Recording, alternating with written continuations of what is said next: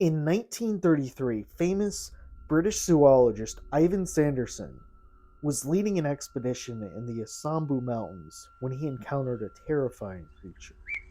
As Sanderson was hunting one day, he shot down a fruit bat and went to grab its corpse close to the nearby river. There, he slipped and fell, and as he came to, he heard one of his colleagues screaming and pointing toward the sky. As he looked up, a massive black creature came flying down quickly at him. To escape, Sanderson hopped into the river and swam toward the opposite riverbank, staying underwater as much as possible. As he swam, the creature continued attacking until Sanderson was finally able to escape. Afterward, Sanderson and his colleagues returned safely to their base camp. As Sanderson later met with the locals, he described the creature, and soon the locals fled in terror. The legend of Kongamato dates back centuries, with local tribes warning visitors of this strange beast. The creature is often described as being a reddish lizard with leathery skin instead of feathers and razor sharp teeth in its beak. Its wingspan is said to range from 6 to 20 feet across. Kongamato, which roughly translates to overwhelmer of boats, is said to closely resemble the extinct dinosaur, the Pterosaur. The Kongamato is also said to dig up graves and steal human corpses, probably since in Africa, graves are usually not too deep. This is described in the book A Game Warden Takes Stock. Although Sanderson's story is certainly well known, perhaps the individual who brought worldwide attention to Kongamato was traveler Frank Welland. Welland had heard stories about the beast for years and decided to investigate it for himself in 1932.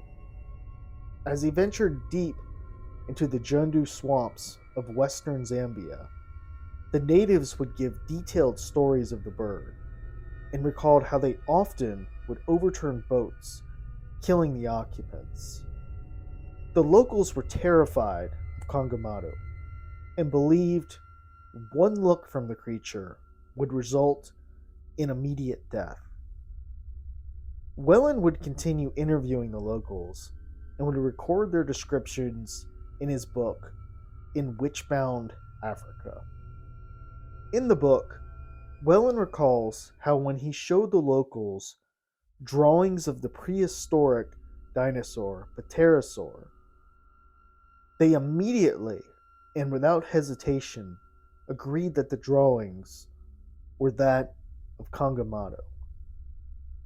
As time went on, more sightings would occur in the region. In 1956, around 7 p.m., an engineer named J.P.F. Brown saw the creature at Fort Rosebery near Lake Bangweulu in northern Rhodesia, which is now Zambia. There, he saw two creatures flying slowly and silently.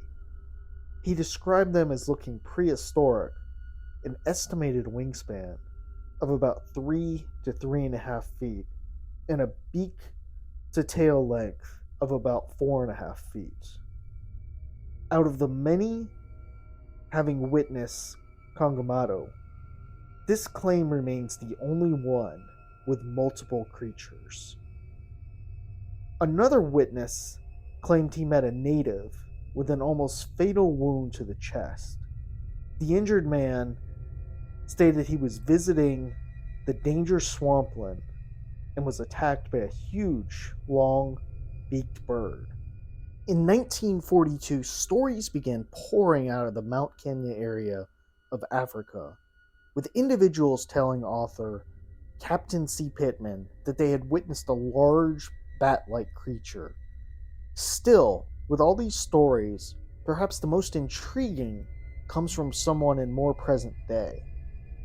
In 1998, Steve Raimondo Mena, a then Kenyan exchange student, said that it is common knowledge among locals that the Kongamato exists and that they all consistently draw Pterosaur when asked to sketch it.